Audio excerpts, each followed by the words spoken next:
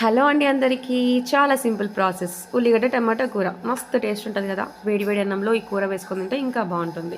ఇప్పుడైతే కడాయి తీసుకొని కడాయిలో ఆయిల్ వేసుకొని ఆయిల్ హీట్ అయిన తర్వాత జీలకర్ర, తాలింపు గింజలు, కరివేపాకు చిట్టుపట్లాడుతూ వచ్చి నా చేయి మీద పడిపోయినాయి అనమాట. నెక్స్ట్ ఇందులోకి పచ్చిమిర్చి వేసుకోవాలి, పసుపు, అల్లం వెల్లుల్లి పేస్ట్ కొంచెం వేసుకొని మంచిగా కలుపుకోవాలండి.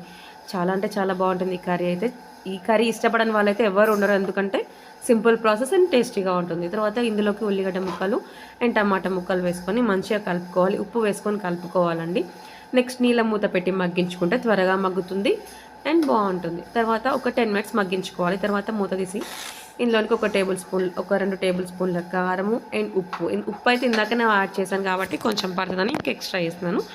తర్వాత ఒక చిన్న గ్లాస్ వాటర్ యాడ్ చేసుకోవాలి. జ్యూసీగా ఉంటుంది కర్రీ అనేది. తర్వాత ఇందులోనికి ధనియా పౌడర్, లాస్ట్లో కొత్తిమీర చల్లుకుంటే అయిపోతుంది. వీడియో నచ్చితే ప్లీజ్ లైక్ చేయండి. Do subscribe. Thank you. Bye.